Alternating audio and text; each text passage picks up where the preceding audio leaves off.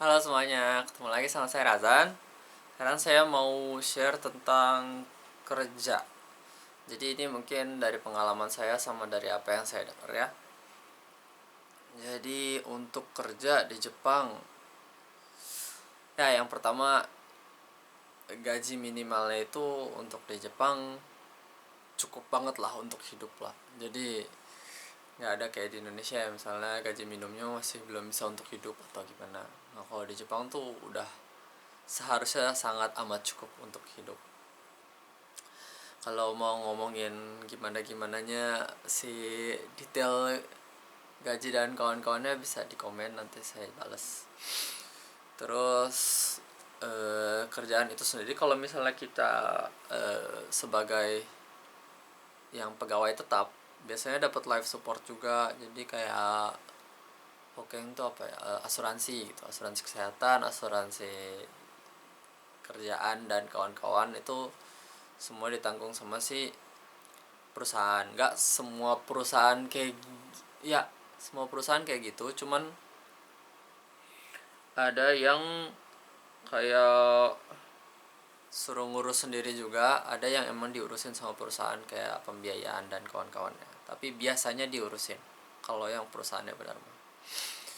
Terus untuk transportasi, nah di sini secara default itu semua transportasi untuk ke kantor itu dibayarin lah, mau itu kereta, mau transportasi pribadi gitu. Nah untuk transportasi pribadi misalnya mobil gitu atau motor, ya motor di sini jarang sih, cuman itu biasanya dibayarin bensin gitu kalau di perusahaan aku sebelumnya. Tapi ada juga yang tidak, yang nggak ngebolehin pakai mobil. Ada sih, kayak maksudnya harus pakai kereta gitu, jadi lebih pasti lah. Kalau mobil kan bisa kecelakaan, bisa, dan kawan-kawan juga agak berbahaya lah. Nah itu disupport lah sama perusahaan biasanya, nggak semua ya, ini yang aku tahu. Terus untuk jam kerja, ada yang fix, ada yang fleksibel. Aku sendiri fleksibel. Terus yang fix juga ada, yang pakai core time ada, tapi selain core time fleksibel, kayaknya itu sama aja sama di Indonesia, tapi ya kayak gitu. Terus untuk kayak jam kerja plusnya lah, untuk Zangyo di sini namanya, overtime. Mungkin ya image di Indonesia Jepang tuh sangat amat kerja gitu ya. Ya untuk orang-orang lama mungkin kayak gitu, yang satu satu generasi di atas aku. Tapi di generasi aku sekarang sekarang itu kayak Jepang udah kayak jangan terlalu banyak overtime lah. Jadi kalau misalnya udah terlalu banyak overtime, ayo dikurangin overtime-nya, malah disuruh pulang atau gimana. Untuk kerjaan seperti aku, mungkin kerjaan yang lain kayak ada pressure yang nggak jelas, yang malah nyuruh si orang itu overtime. Ada juga, masih ada cerita-cerita kayak gitu sih aku dengar. Nah mereka tuh kayak bukannya nyuruh kamu kerja lebih banyak lah, cuman lebih kayak nge-pressure lewat si apa ya, lingkungan itu sendiri. Jadi mereka masih di situ, masih kerja gitu, terus bosnya masih ada, kayak tidak, kayak bikin kita nggak enak untuk pulang. Cuman kalau misalnya kita enak-enak aja ya pulang-pulang aja.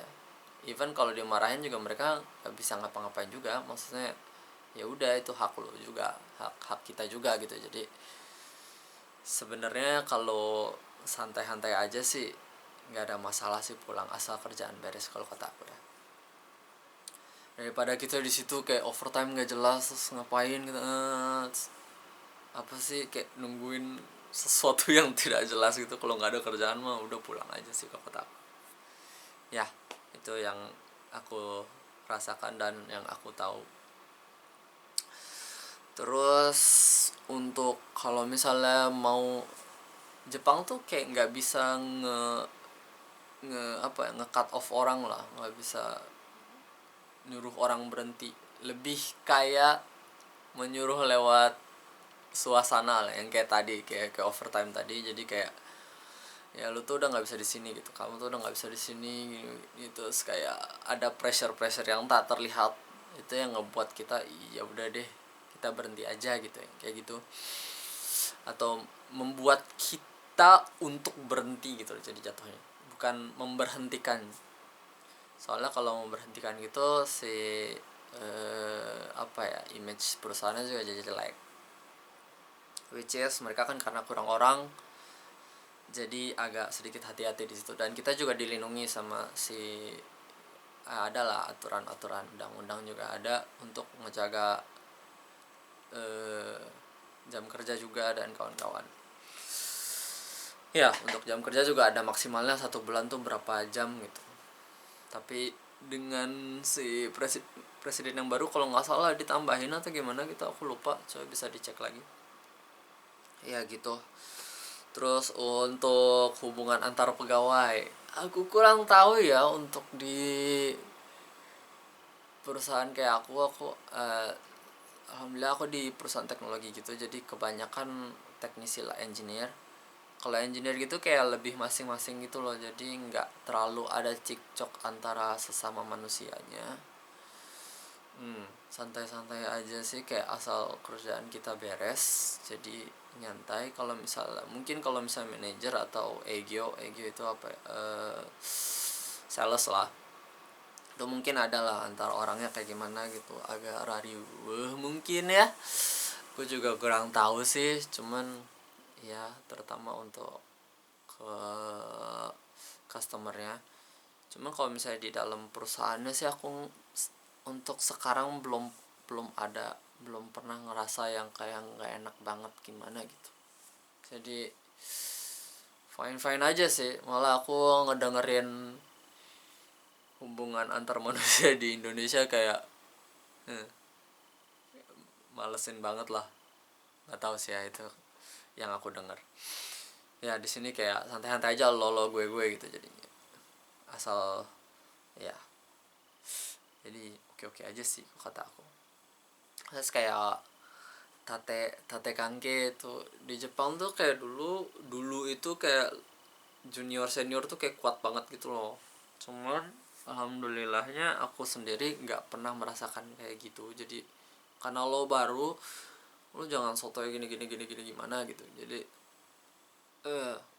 yang aku yang sekarang tempat aku kerja ini flat banget sih. Yang kemarin juga aku udah kerja 2 kali. Nah, yang awal itu sangat amat Jepang, maksudnya orang Jepang banget. Sekarang orang luarnya lebih banyak, makanya flat juga sekarang. Tapi yang awal juga sangat amat flat sih, jadi one floor juga.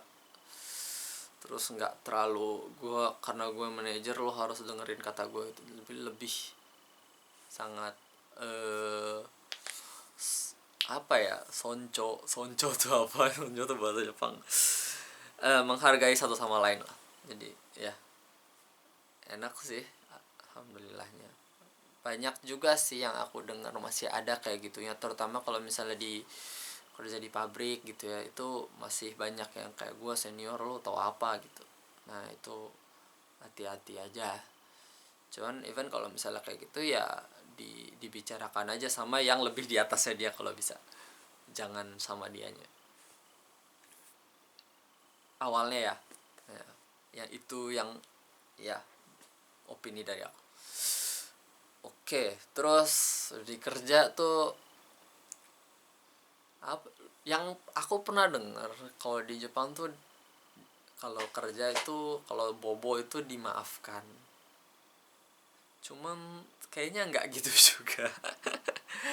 Di tempat aku kemarin tuh kayak, Razan kamu kalau tidur aja yang bener, jangan kayak ketiduran gitu. Jadi maksudnya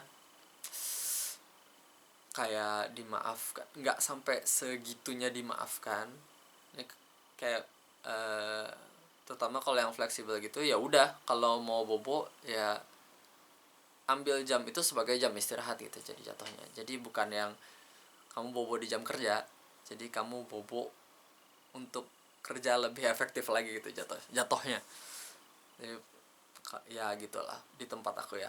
nggak tahu di tempat lain kayak gimana. Ada yang bener-bener nggak boleh ngapa-ngapain, nggak boleh kelihatan tidur, nggak boleh, walaupun nggak ada kerjaan apapun kamu harus tetap siaga gitu kan, walaupun nggak ada apapun biasanya.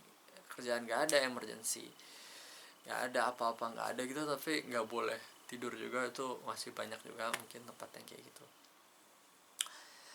gitu.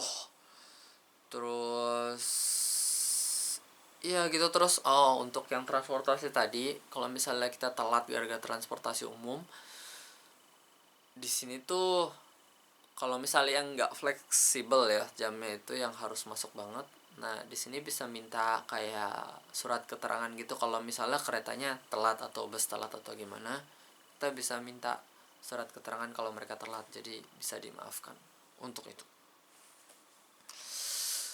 Gitu sih untuk share secara generalnya ya. Mungkin kalau yang kecil-kecilnya, perintilan-perintilannya bakal aku bahas lagi nanti. Oke, terima kasih. Arigatou gozaimasu. Mata.